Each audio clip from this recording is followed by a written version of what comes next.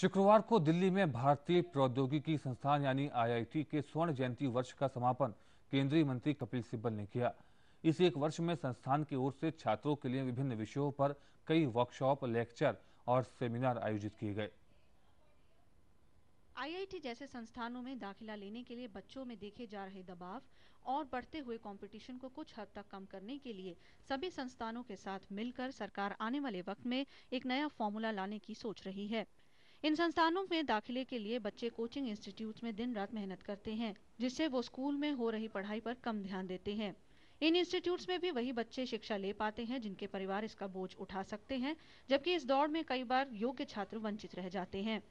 इसी को देखते हुए सरकार अब स्कूल में बोर्ड की परीक्षा में मिले प्रतिशत को भी महत्व देगी। ये जानकारी केंद्रीय मानव संसाधन मंत्री कपिल सिब्बल ने भारतीय प्रौद्योगिकी संस्थान के स्वर्ण जयंती वर्ष के समापन समारोह के दौरान दी।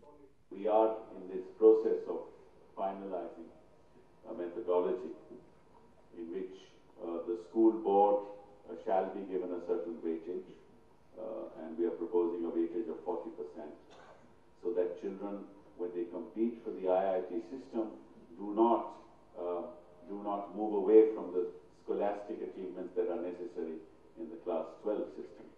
So they must pay attention to the school boards and at the same time compete to get into the IIT system. So we are proposing a weightage of 40%.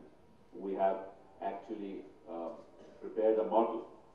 What it does is it takes the results of all the state boards in the country, takes the top percentile of young students in the state boards, and through a formula equalizes their results.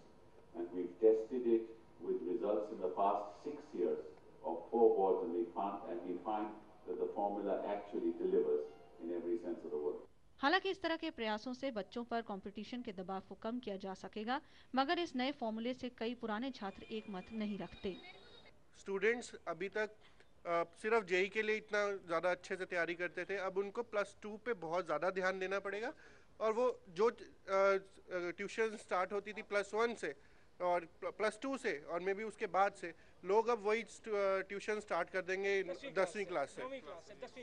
और वो अब ये होगा कि student को ये होगा कि मुझे +2 में भी पूरे नंबर लेने पड़ेंगे, तभी मेरा आगे +2 भी जेई में भी मुझे एडमिशन लेने के लिए +2 भी बहुत अच्छा लेना पड़ेगा।